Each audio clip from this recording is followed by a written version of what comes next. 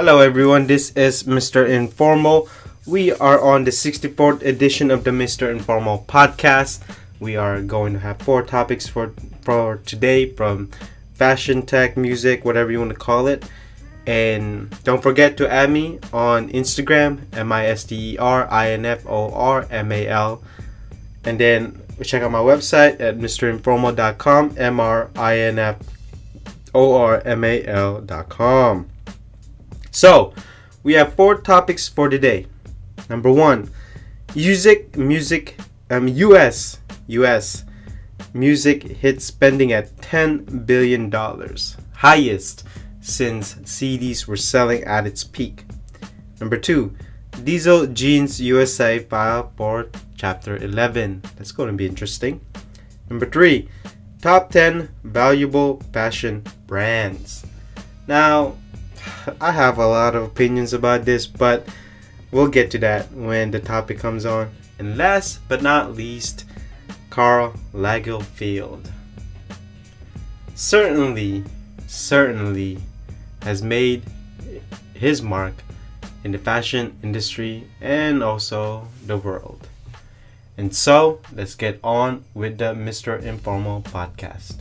So, first topic for today is the U.S. music spending hits highest at $10 billion. It's been the highest since decade, and it's also one of the highest since the CD was at its peak.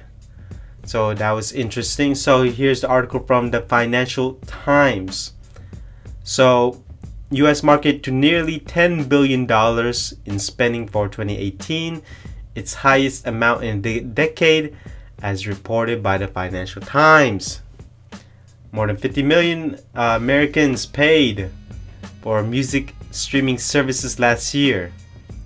Not only that, the RIA numbers, it jumped 12% sales to $9.8 billion in 2018. Not only that, it also is the amount still represents only half of the CD era pinnacle in the 1990s. Now, what does this mean? Well, consumers are spending a lot of money in music. Well, why is that surprising? We can access music for so quick. We can listen to new music quickly, whether it be streaming, whether we go to Barnes and Nobles or brick and mortars, the mom and pop shop, the old school. But people buying vinyls. So what about vinyls? Are we only talking about music streaming here? It doesn't really matter, because whatever the medium that consumer has spent their money on, it seems like, well, the music is not dead. In terms of consumer spending, consumers have the power nowadays. They can go to Amazon Prime Music, Google Music, Spotify, Pandora, Apple Music. Again, I'm just thinking on top of my head, the popular music, even Tidal. SoundCloud, I go to SoundCloud a lot, but it doesn't matter. The fact is that if consumers are spending so much money on music, it just means that we can gain access to music, whether it be legally, illegally, it doesn't matter. But this is good for the music industry. This means that people are actually buying music, whether it be good music or bad music.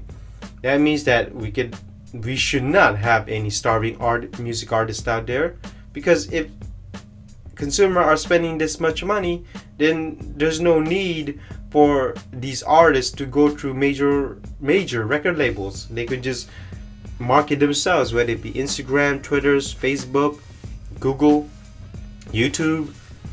The list goes on and on. They can even have their own A&R. They can have their own. They can be their own marketing themselves. They can be the brand itself or themselves. So, am I surprised at this? Well, with the rise of vinyl, no. With the rise of popular streaming, no. With the rise of access to music, whether it be local music, international music, global music, no. But I truly hope that consumer, this is just an opinion from me, is that are spending their money well to the point where they're not, let's say they stream Spotify, that they actually use Spotify every day. But if they don't, then it's not worth it. Because why are you spending money on something that you're not using? Not only that, if you're buying vinyls and you're not playing it, or you're just keeping it for your collection, then don't do that. Spend your money well, use it well, also get the most out of the music, and stop skimming the music. Start listening to the whole album from one to whatever the last track is. When I listen to an artist, I want to listen to an artist based on his album, not by his or her singles, based on the album. Let's see how good you are if you can make an album. But going back to the topic itself, I think that it's good that consumers are spending a lot of money in music. I guess music can be stored digitally, not physically anymore. You still have that option too, but at the same time, this is good for everybody because now we could listen to more music, and hopefully people out there are listening to their music, not just being distracted from driving, from doing whatever they need to do. So we are on topic number 2. Diesel Jeans USA files for bankruptcy. So I'm looking at the Bloomberg article titled Jeans brand Diesel USA files for bankruptcy. So looks like Diesel Jeans have filed for bankruptcy. So one of the paragraphs in the article states that unlike some other retailers that have announced massive store closures, the Diesel USA doesn't plan to shutter. Instead, its court papers describe a plan to restore the Diesel brand in the US, including opening new stores and retrofitting some old ones to make them cheaper to operate. That's going to be interesting. But looking at the article down, Diesel USA was just recovering from the recession. That was back in 2008 to 2009, when certain decisions made prior management started to catch up with it, according to court papers. Prior management began employing a real estate strategy that involves substantial investments in its retail store.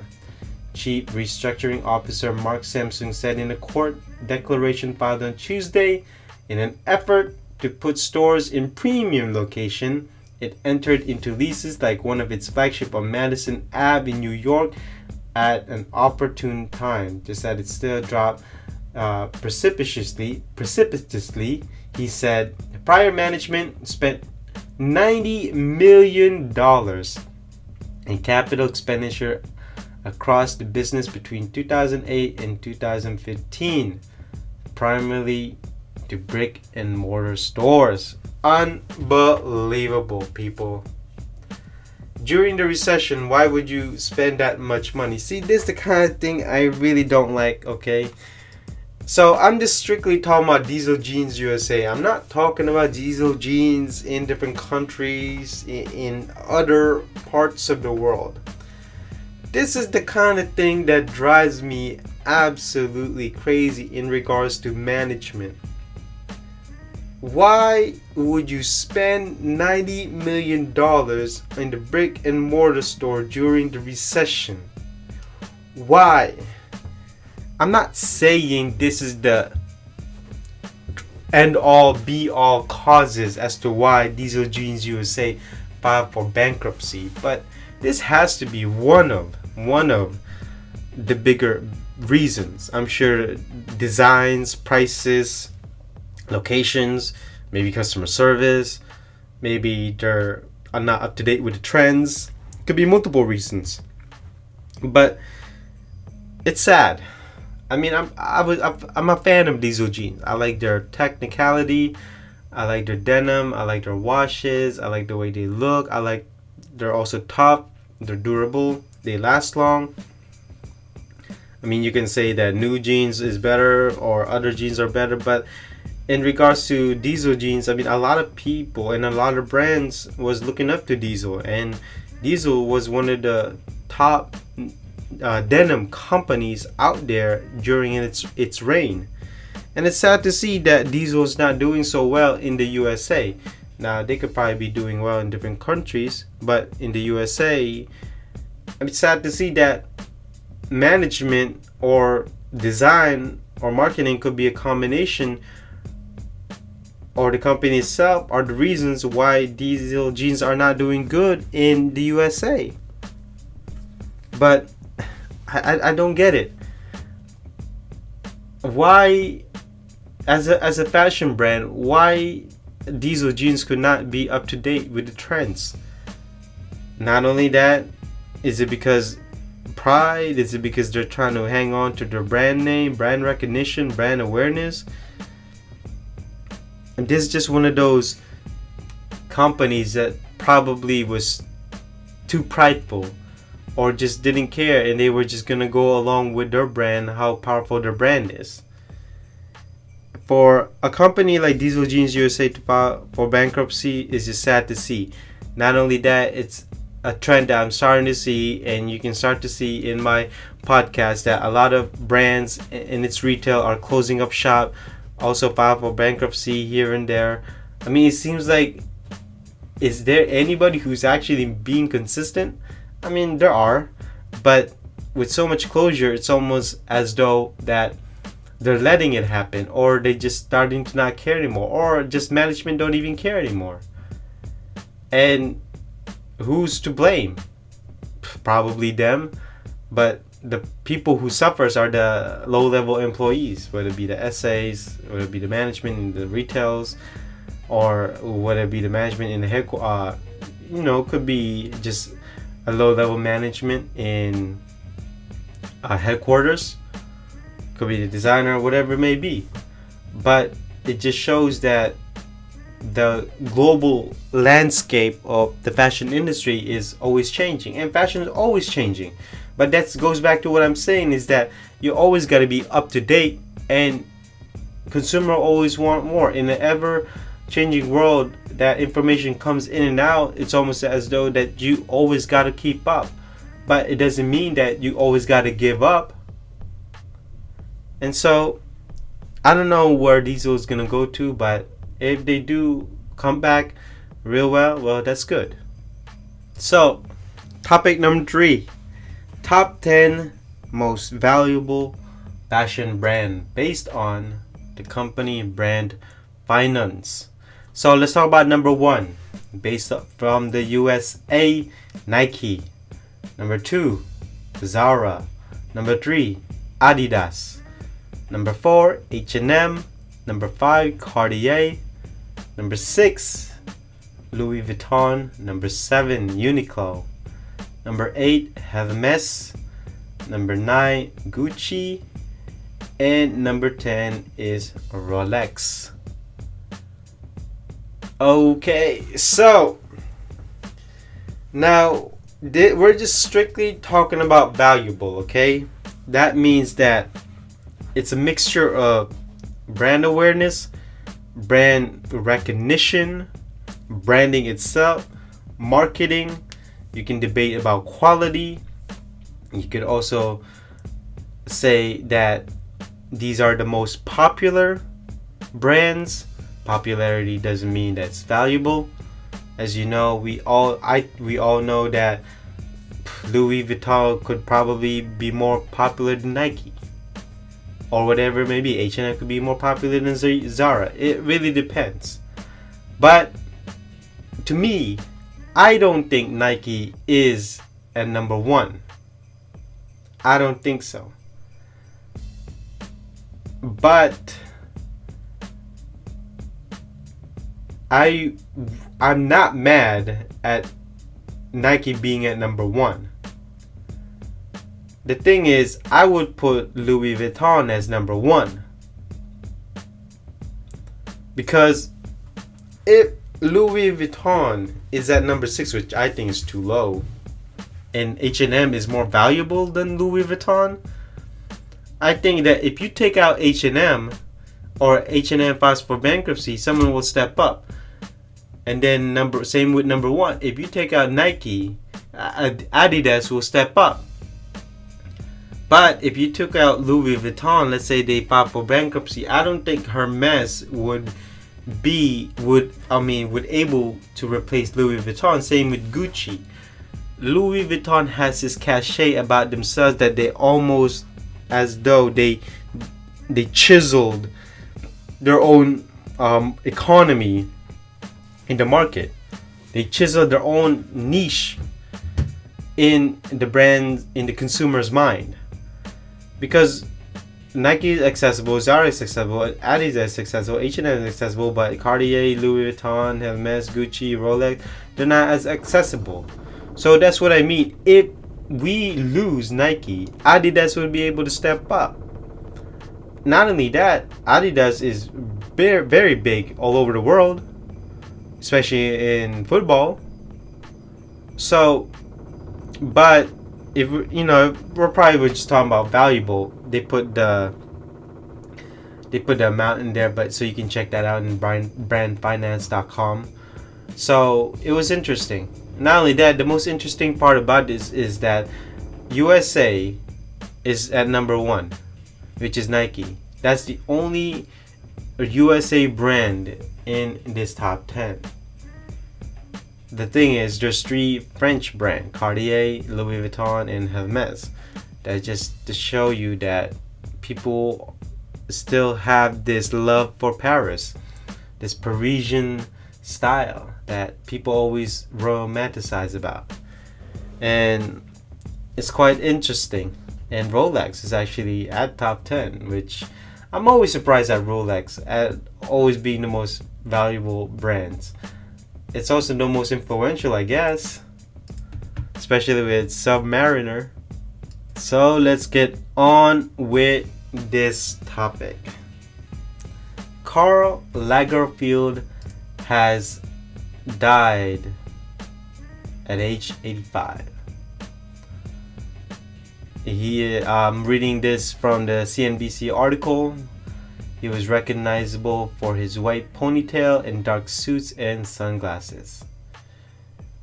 Also, he became the creative director of Chanel in 1983. At the same time, he was also running Fendi. So at age 85, this was due to his illness. And so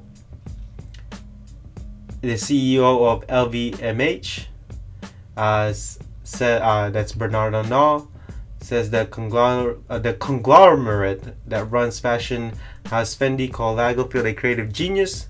Lagerfeld led Chanel design and had been creative head of Fendi since 1965. So, obviously, everyone in the fashion world is surprised and shocked about this. Not only that, Karl Lagerfeld has been in the game for so long, heading the house of Chanel since 1983, as you can tell.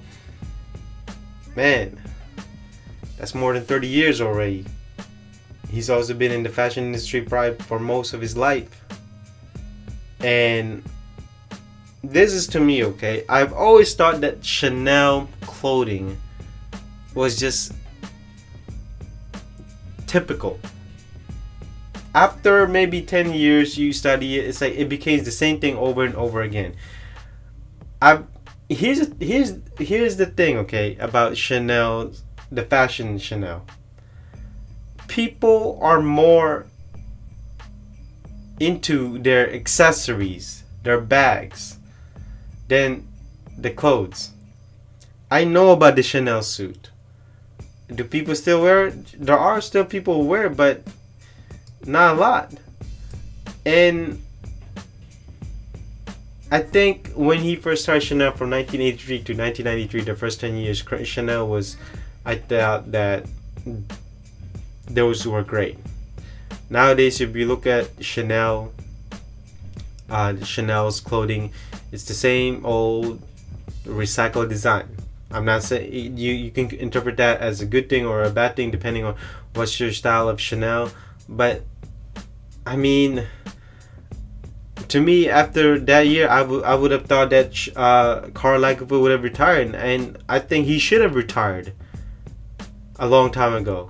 Not because I find his designs boring, but I thought that it's done. What could have he done more? He put Chanel on top already.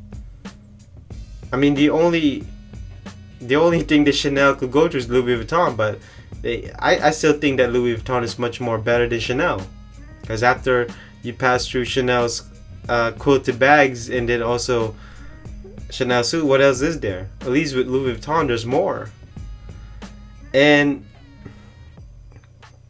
I do think that Karl Lagerfeld has inspired a lot of designers out there. There is no doubt that he was creative. He was also extravagant. He may not look extravagant, but he was always extravagant, especially with his fashion shows. And he has a certain distinct style about him. Whenever he designs something, he designs styles that are sexy yet formal. It's not. Here's the thing: the Chanel suit, it's not sexy and formal. It's just formal in a different way. But with Karl Lagerfeld, if you look at all his designs, it's sexy and formal. If a woman wears Karl Lagerfeld Chanel designs, the women can go to any ball, to any awards event, premiere events, and still look formal, still look like this person dresses and this person belongs in this event.